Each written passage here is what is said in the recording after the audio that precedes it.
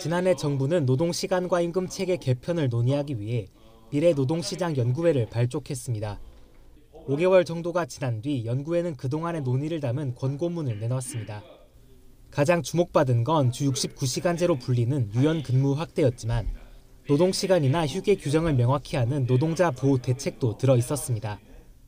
포괄임금 등의 오남용이 발생하지 않도록 실근로 시간을 관리하는 등 장시간 근로, 공짜 노동이 발생하지 않도록 하기 위한 종합 대책을 마련해서 특히 퇴근 이후 회사로부터 오는 연락에서 벗어나 충분한 휴식을 취할 수 있도록 하는 이른바 연결되지 않을 권리에 대한 내용이 눈에 띕니다. 일과 휴식, 업무와 일상이 명확히 나뉘어야 노동시간도 정확히 측정할 수 있다는 취지입니다. 현실에서는 이러한 권리가 충분히 보장받지 못하고 있습니다. 실제 지난 2021년 경기연구원 조사를 보면 응답자 10명 가운데 9명 가까이가 근무 시간이 끝난 뒤에도 업무 지시를 받았다고 답했고 10명 가운데 3명 이상은 일주일에 한 번 이상 업무 지시에 시달렸다고 말했습니다.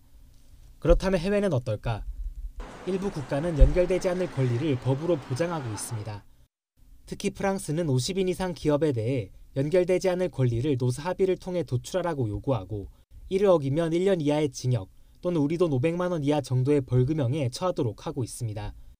우리나라 일부 대기업도 밤 10시 이후 연락을 금지하고 있는데 내부 평가는 긍정적입니다. 7년 정도 계속 지속해서 시행을 하고 있고요.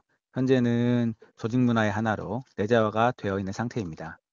전문가들은 권리를 제대로 보장하려면 시장의 자율에 맡기는 대신 공공이 직접 나서야 한다고 강조합니다.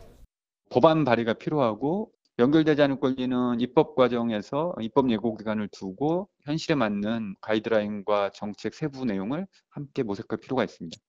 날이 갈수록 카카오톡과 메신저를 통한 원격 업무 지시가 증가하고 있는 상황. 국회도 지난 2020년 업무를 지시할 수 있는 시간대를 구체적으로 정하는 내용의 법안을 발의했지만 법안은 여전히 상임위원회에 머물고 있습니다. YTN 김철입니다.